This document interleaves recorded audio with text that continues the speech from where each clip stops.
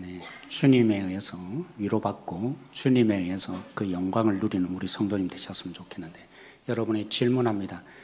아담과 하와가 선악을 알게 하는 나무 열매를 왜 따먹었죠? 심심해서? 뭐 되려고요? 하나님 되려고요. 그럼 또다시 질문합니다. 하나님 된다는 게 뭡니까? 죄의 본질은 거짓말하고 도둑질하고 이런 차원이 아닙니다. 그건 열매일 뿐입니다. 죄의 본질은 하나님 되는 겁니다. 그게 창세기의 설명이죠. 하나님 되는 게 그럼 뭔지를 알아야죠. 내가 하나님 되는 게 뭡니까? 여러분, 아니 내가 언제 하나님 됐냐고 이러실 분들이 계실 텐데, 내가 하나님 되는 게 뭡니까? 내 하고 싶은 대로, 내 감정대로, 내가 생각한 대로, 내가 교육받은 대로, 내가 보니까, 그게 하나님 되는 거죠. 그죠? 교회를 위한 열심도 하나님 될 수 있어요. 내가 생각할 때 이게 교회를 위한 것이다. 근데 그게 하나님의 뜻과 다를 때 사실은 교회를 위한 게 아니라 자기를 실현하며 자아를 충족시키고 하나님 노릇하는 것입니다. 맞죠? 사랑하는 성도 여러분, 그런 사람들의 자기가 주인 되어서 자기 뜻대로 하고 살아가는 사람, 열심조차도 하나님 될 수 있어요. 내가 열심 있다고 다 교회를 위한 것이 아닙니다. 사랑하는 성도 여러분, 그런 사람들, 자기가 하나님 된 사람의 특징이 뭔지 아세요? 선과 악을 스스로 결정합니다. 사랑하는 성도 여러분, 선과 악은 누가 결정해야 돼요? 하나님만.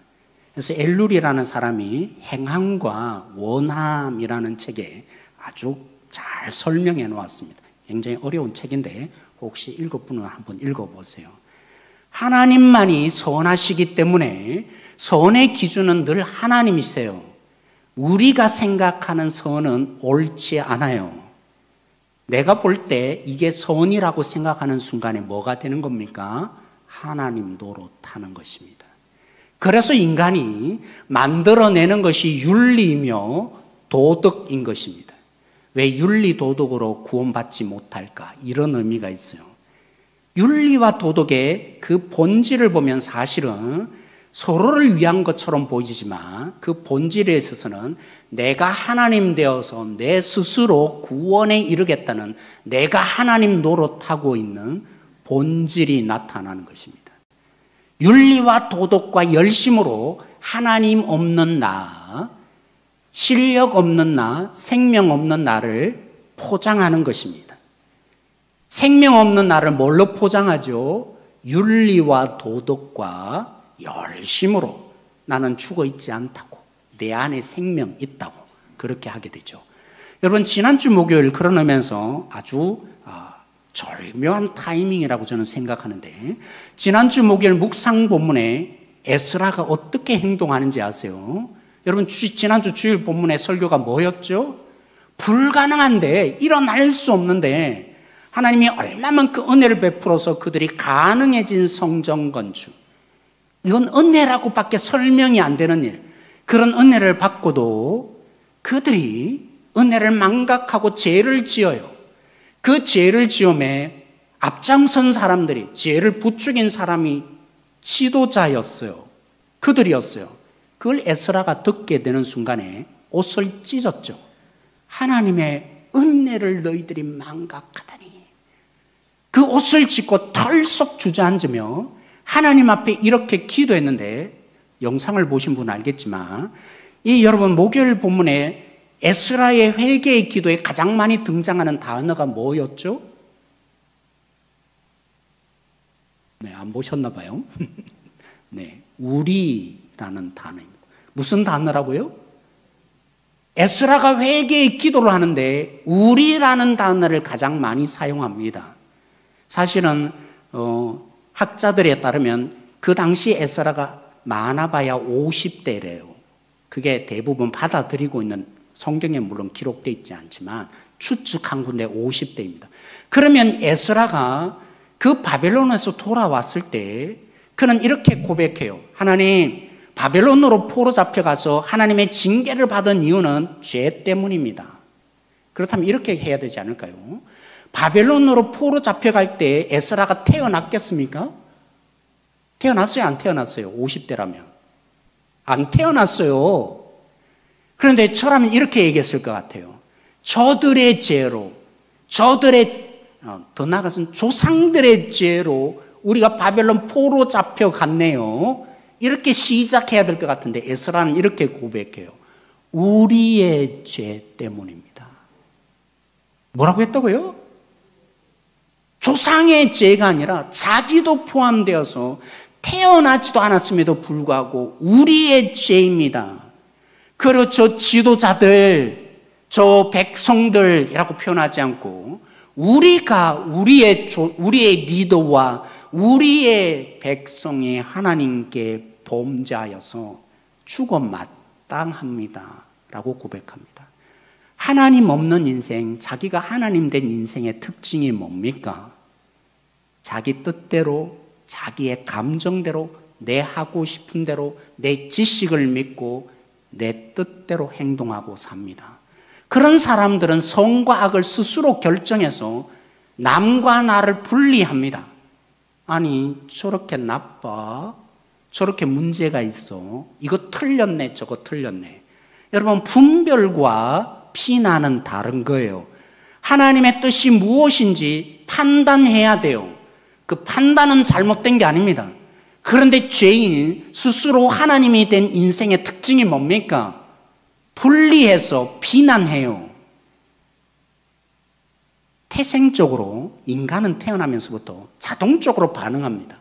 타락한 인생이어서 어쩔 수 없어요. 나쁜 게 먼저 보여요. 잘못된 게 먼저 눈에 들어와요. 그러니까 집중합니다.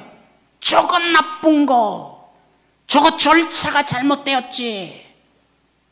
이게 일반적인 인간의 특징입니다. 죄인된 인간의 본성은 그럴 수밖에 없어요. 인정해야 돼요. 아, 왜 자꾸 나쁘게만 말하지? 아니요. 인생은 그래요. 타락한 인생은 우리의 몸은 자동적으로 반응해요. 좋은 모습, 잘하는 모습, 장점은 한마디도 칭찬이 안 나오고 잘못되었다, 왜 그렇게, 이렇게 해야지, 끊임없이 나쁜 거 끝까지 나빠요. 나쁘대요. 그게 하나님 된, 자기가 하나님 된 인생의 특징인 거 아세요? 그리고 그들과 나를 분리해요. 그러니까 분노가 일어나죠. 나는 이런데 저래 라는 마음이, 그래서 늘 분리가 일어나요. 나는 안 그렇다고, 저는 나쁘다고, 저 사람들은 왜 저러냐고. 타락한 인간의 자기가 하나님 된 인생은 늘 분리가 일어나는 것이 특징입니다. 그런데 하나님이 있는 인생은 달라요. 그 가장 다른 점이 뭔지 아세요? 오늘 추수 뭐라고요? 감사절에 힌트가 있어요. 저는 그렇게 봐요. 하나님이 있는 인생, 거듭난 인생의 가장 큰 일반적인 특징이 뭘까요? 힌트 드렸잖아요. 뭐라고요? 감사입니다. 제가 왜 그렇게 감히 말할 수 있을까요? 몇 번 설교도 인용했는데 우리 로마서 1장 21절 말씀 한번 찾아보십시다. 로마서 1장 21절 말씀 우리 찾아서 같이 또 찾으셨어요? 같이 가 시작. 하나님을 알되 하나님을 영화롭게도 아니하며 감사하지도 아니하고 오히려 그 생각이 허망하여지며 미련한 마음이 어두워졌나니. 하나님을 인정하지 않는 사람의 특징이 뭡니까? 무슨 하나님이야, 내가 했지. 이런 사람의 특징이 뭡니까? 감사하지 않아요. 내 능력으로 내 삶을 사는 거지 라고 생각하니까 하나님께 감사할 수 없어요. 그래서 저는 이렇게 말씀드리고 싶어요. 오직 하나님을 인정하는 인생만이, 뭐 다른 사람 말고요, 하나님께 감사할 수 있어요. 하나님을 인정해야만 감사가 터져 나오는 거 아세요? 그래서 제가 그런 말씀 드리는 거예요. 예수님을 믿는 사람, 그리스도인의 특징은 일반적으로 감사해요. 왜 이렇게 잘못됐어? 비난과 열정으로 남과 나를 분리하는 게 그리스도인이 아니에요. 진짜 그리스도인은 하나님을 인정하기에 하나님을 향한 감사가 터져나옵니다. 그러니까 우리 신앙 선배는 하나님을 인정하라고 지혜롭게 말했죠. 의도적으로 감사하라고. 왜요? 인간의 몸은 태생적으로 보이는 게 뭐예요? 나쁜 거, 잘못된 거, 모난 거, 비난이 저절로 일어나거든요. 모든 인간은 그래요. 예수님을 믿고도 우리 몸에는 육체의 흔적이 있어서 자동적으로 반응해요. 뭐가 먼저 보인다고요? 감사의 제목들이 보이는 게 아니라 나쁜 게 먼저 눈에 들어와요.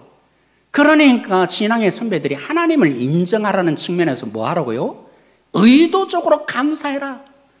이렇게 표현하신 거예요. 그러면 샅샅이 뒤절해요. 감사하는 거. 뭐라도 하나 붙잡고 뭐 하려고요?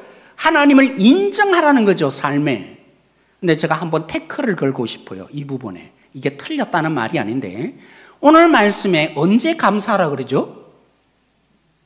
범사에 감사라. 이게 물론 그 앞부분에 그죠? 항상 기뻐하는 것도 하나님의 뜻이고, 응? 맞아요.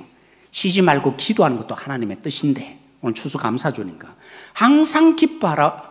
범사에 감사하라고 할 때 제가 태클을 걸고 싶어요.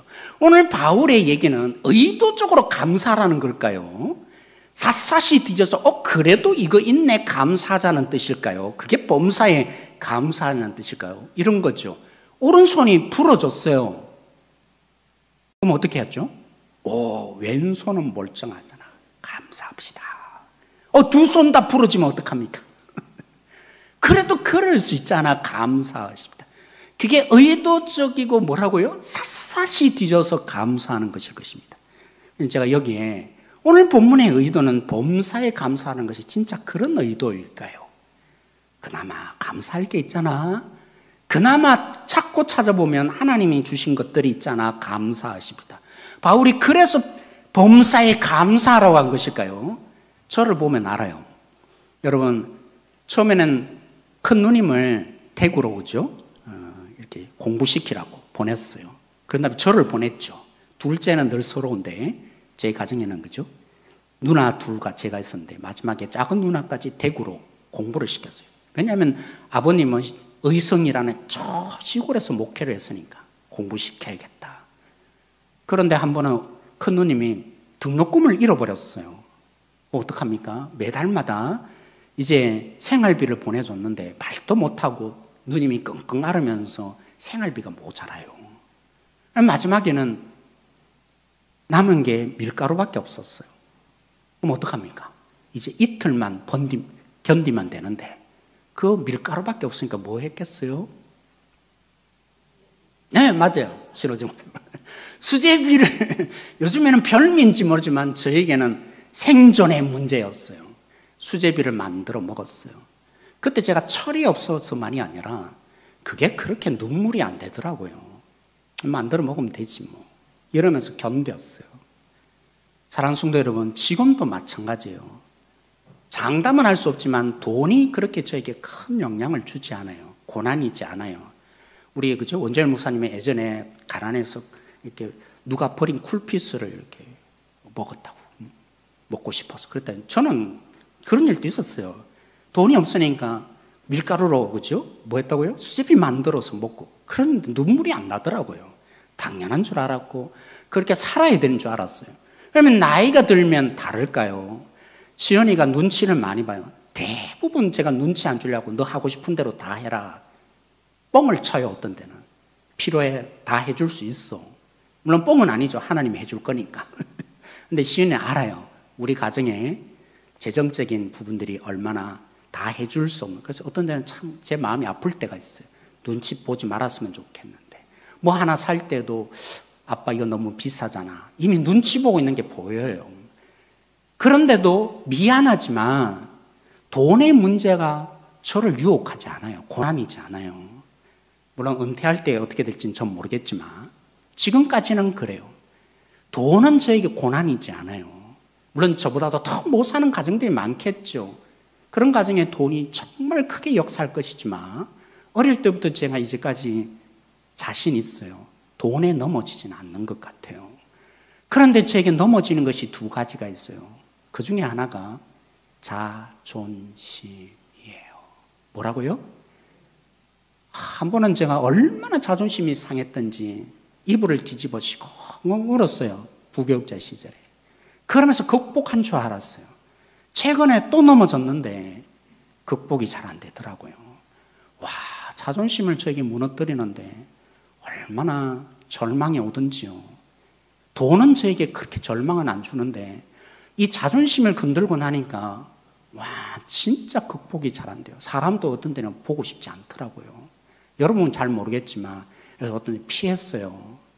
사람들 안 만나고 싶어서. 저에게는 고난이 뭡니까? 자존심이에요. 오른쪽 부러져도 왼쪽이 있는 것을 보고 감사할 수 있지만 자존심이 무너지면 그 오른쪽의 자존심이 무너지면 저는 무너져요. 그래서 이러지 마십시다. 왼손이 그나마 있잖아요. 그렇게 감사를 찾지 마십시다. 여러분 헤아려 보셨어요? 넘어지는 문제. 어떤 분에는 돈의 문제로 넘어지는 고난이 있는 사람이 있다면 그게 문제가 안 되는 사람, 그러면 그죠? 돈이 없어도 난 괜찮아. 왼손이 있잖아. 뭐 이럴 수 있어요. 근데 어떤 사람은 노진준 목사님이 고백해 주시는, 그래서 제가 이 설교를 하게 됐어요. 노진준 목사님은 장애인이에요. 얼마나 설교를 잘하시는지 영향을 끼친지 몰라요. 하나님 중심으로 살라고 저도 가끔 보면서 도전을 받아요. 그 노진준 목사님이 솔직히 고백하세요. 저는 매일매일 이 건강의 문제에 하나님의 은혜를 구하고 있다고. 쉽지 않다고. 하나님의 은혜가 아니고는 제가 살 수 없어. 매 순간마다 조금이라도 은혜를 베풀어 달고 내 육체의 이 한계성을 놓고 하나님께 구하고 있다고 깨달았어요. 사랑하는 성도 여러분, 오른손이 없으니까 왼손이 있잖냐고요. 어떤 사람이 그 오른손이 없으므로 노진주 목사님 건강을 잃은 것 때문에 늘 힘든 것처럼 그 오른손 하나 때문에 무너지는 사람도 있어요. 너무나 단순화시키지 마세요. 하나님이 주신 게 있잖아. 너 찾으라. 그 사람은 그것 때문에 무너지는 걸요. 그 사람은 그것 때문에 너무 힘든 걸요. 다른 거 쳐다볼 수 없는 그 고난이 너무나 커서 보이지 않는 걸요. 사랑하는 성도 여러분, 그렇다면 다시 말씀드릴게요. 범사에 감사라는 이 말씀의 의미가 뭘까요? 그게 하나님의 뜻이라고 하는데 바울이 빌립보서에 보면 연결되어 있어요. 아, 오른손이 없더라도 왼손이 있으니까 감사하는 것이 바울이 한 얘기가 아니라는 것을 깨달을 수 있어요. 물론 여러분 그러셔도 돼요. 그런 뜻이 아니라 적어도 오늘 데살로니가 전서의 범사에 감사란 말은 그런 의도는 아니다라고 말씀드리고 싶은 거예요. 찾으세요.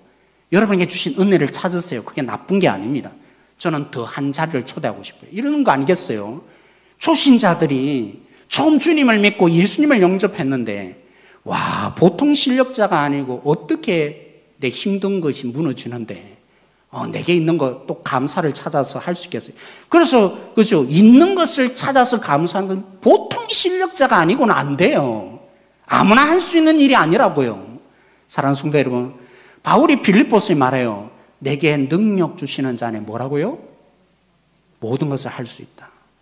바울이 난 왼손이 없지만 오른손이 있으니까 기뻐한 거예요? 그렇게 찾은 거예요?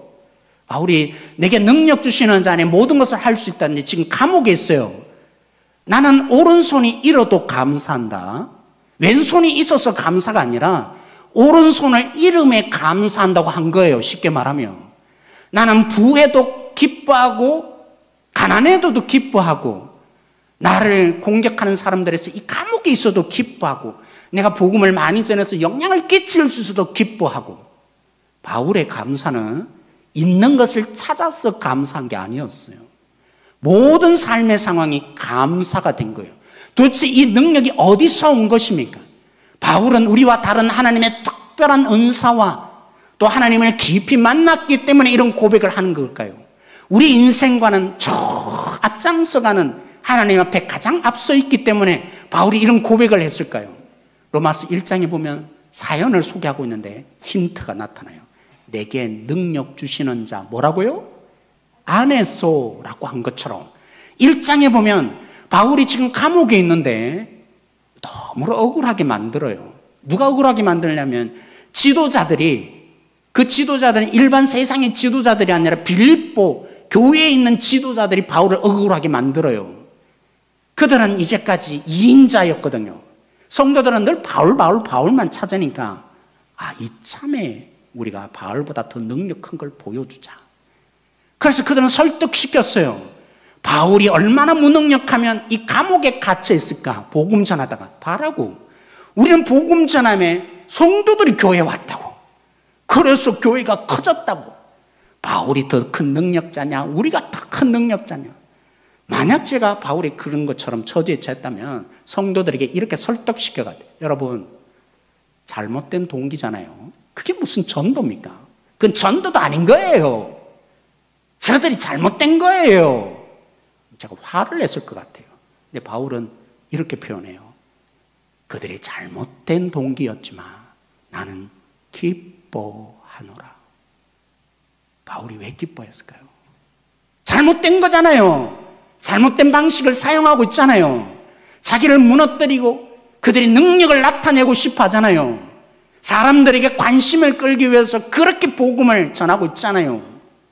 근데 바울이 왜 기뻐합니까? 그래, 어찌되었든 복음의 내용은 바뀐 게 아니지만 그들이 잘못 전했지만 받아들이는 입장에서 보면 예수님 알게 됐잖아. 예수님을 믿게 됐잖아. 그들이 나쁜 동기였지만 복음을 전해서 그들이 하나님의 백성 됐잖아. 바울이 모든 것 속에 가난함에도 기뻐하며 감사할 수 있는 이유는 여기에 있어요. 예수님 중심이 된 거예요. 상황에 의해서 기뻐한 게 아닙니다. 예수님, 그래서 바울이 그죠? 편지에 가장 많이 등장하는 단어가 뭔지 아세요? 영어로 표현하면 in. 예수님 안, 그리스도 안, 예수 그리스도 안. 다스린다는 거죠. 하나님이 다스린다. 주님이 왕으로서 우리를 다스린다. 그게 바울을 사로잡은 것입니다. 바울은 자기와 상대방이 보여진 것이 아니라 주님 안에 있는 자신, 다시 말하면 예수님만 집중한 거예요. 예수님이 우리를 다스린다는 그 고백 속에 살기에 가난해도 기뻐해. 주님 다스리잖아. 이 가난한 속에서 주님이 일하지 않는 게 아니라 일하고 계시잖아. 부활할 때만 주님이 계신 게 아니라 이 어려운 속에서도 주님은 역사하시잖아. 그러니까 나 기뻐해 라고 된 겁니다. 우리 김상겸 목사님이 오후 예배 때 기독교 강요에 있는 칼빈의 말이 제가 생각났어요. 그때 설교 때 인용했는데 이런 거예요. 우리 한번 읽어보기를 원하는데 자막이 한번 그죠? 보이시죠? 우리 같이 읽겠습니다. 시작. 믿음은 우리를 향한 하나님의 선하심에 대한 견고하고 확실한 지식인데 성령을 통해서 우리 마음에 계시되고 우리 심장에 새겨졌다. 여러분, 거듭난 사람에게 성령이 역사하셔서 뭘 새겨졌다고요? 어떤 마음을 새겨주셨다고요? 믿음을 새겨주셨는데 그 믿음은 뭡니까? 주님, 그러니까 저거 없지만 나 이거 있네. 그 감사의 차원을 뛰어넘자고 그랬습니다. 우리 진짜 감사는 바울이 말한 것처럼 범사의 감사함이 무슨 뜻이라고요? 주님의 다스림을 인정하기 때문에 나오는 감사요. 주님의 통치를 믿는 것입니다. 아멘이시죠? 하나님 안 다스리는 게 아니에요. 악한 상황에도 하나님 다스리고 계세요. 근데 하나님 어떻게 다스린다고 기독교 강요의 믿음을 얘기합니까? 하나님은 선하심으로 다스리십니다. 하나님은 예수님 말씀한 대로 표현할까요? 가장 좋은 것을 주시는 아빠 하나님이십니다. 우리가 볼 때는 그게 눈물이고 고난이고 아픔이며 어떤 데는 뭐 이런 일이 일어나? 이렇게 어떻게 악한 일이 일어나? 우린 그것만 보이는데 믿음의 사람으로 믿음으로 수용하고 나면 하나님이 선하신 것을 믿습니다. 이 과정 속에 하나님이 나를 가장 아름다운 보배로 피적하기 위한 하나님의 환경을 조성하셔서 주신 것인 줄 믿는 것입니다. 사랑하는 성도 여러분, 하나님은 선하세요. 하나님은 가장 좋은 것으로 채우세요. 우리 인생의 요리사이신 하나님께서 이렇게 표현하고 싶었네요. 여러분, K푸드가 요즘 왜 그렇게 인기가 많습니까? 제가 뭐 많은 곳은 여행하지 않았지만 뭐 영국에도 가보고 프랑스에도 가보고 뭐 또 여러 나라도 가봤지만 그 나라들은 짜든지 한 가지밖에 없더라고. 근데 한국 음식은요, 온갖 종류의 맛이 다 들어있어요. 맵고 짭고부터 시작해서 뭐가 있습니까? 시고 달고 고소하고 이로 표현할 수 없는 얼마나 많은 다양한 맛을. 그렇죠? 우리는 뭐만 원해요? 달콤한 맛만 원해요. 인생을 살아가면서 하나님께서 좋은 것만 주시길 원해요. 그런 인생은요, 하나님께서 우리를 어른 만들기를 원하는데, 거룩한 하나님의 사람으로 피적하기를 원하는데 늘 좋은 거 달라고 그러면요, 일어서지도 못해요. 좋은 것만 먹으면 여러분들이 인생 가운데 자라나야 되는데 그런 맛 수준, 늘 하나님께 요구하는 게 그거 아닐까요? 이거 주세요, 저거 주세요 하는데 대부분 고난 없는 좋은 것만 달라고. 근데 하나님은 그렇지 않았어요. 우리가 가장 좋은 것을 주시길 원해요. 그 좋은 것이 뭡니까? 하나님의 사람으로 빚어지며, 그래서 우리를 통해서 이 세상의 가장 위대한 존재, 그러기 위해서 온갖 재료를 다 넣으시는 거예요. 우리가 볼 땐 그게 악한 것이라 할지라도 하나님 왜 그거 안 막으시는 걸까요? 하나님이 무능력해서 그 사람들의 이 악함을 내버려 두고 벌하지 않는 것일까요? 저는 알아요. 얼마나 내가 실력 없는 사람인지. 주님이 전부라고 했지만 무너질 때마다 깨달아요. 주님이 전부 아니었네요. 내 자존심이 더 중요했고 내 자신이 정말 너무 중요했네요. 그러면서 주님이 주인 되어 갔죠. 주님이 전부 되어 갔죠. 사랑하는 성도 여러분, 우리 인생의 수많은 것 속에서 믿으셔야 합니다. 하나님은 선하세요. 하나님은 그렇게 다스리세요. 우리 인생 속에 여러분들을 하나님의 자랑거리로 이 땅에 하나님의 능력자로 지금 세우고 싶지, 어린아이로 달라고 하는데 채워주고 또 찾아와서 달라고 하는 그런 어린아이 수준으로 어떻게 자랑이 되겠어요, 세상에. 다른 종교도 달라고 채워주는데, 달라고 한 거 채워주는 종교 세상에 사투려서 세리빛깔이에요. 그러려면 그 교회 가세요. 그런 교회, 그런 종교 찾아가세요. 하나님은 진짜 좋은 거 주고 싶으세요. 우리 인생을 주님의 진짜 능력자, 군사이며 이기는 자이며 이 땅의 자랑이며 그들이 할 수 없는 하나님의 능력으로 살아가는 존재가 되게 하고자 수만 가지 재료로 우리를 음식을 대접하고 계세요. 이게 어떻게 받아들일 수 있어요? 바울이 얘기한 것처럼 주님 안에 있어야 가능해요. 하나님의 다스림을 받으면 모든 것이 감사가 될 수 있어요. 하나님, 저 믿어요. 결단할래요. 주님이 더 좋은 거 주시려고 이러시는 거죠. 그래서 하나님, 우리 찬송했던 것처럼 가시도, 아픔도, 눈물도 감사합니다. 그게 범사에 감사합니다. 나는 안 되지만 더 좋은 것을 찾는, 그게 돌을 닦는 그런 감사가 아니라 주님 때문에 감사가 일어나는 성도들, 우리의 능력이 아니라 하나님의 능력으로 이 땅을 살아가는 진짜 감사, 억지로의 감사가 아니라 그 하나님을 부여잡고 그 하나님의 선하심으로 이 땅 가운데 바울처럼 우리도 기뻐하며 주의 능력 속에 살아가는 그 감사가 일어나는 우리 교회 성도들이 되십시다.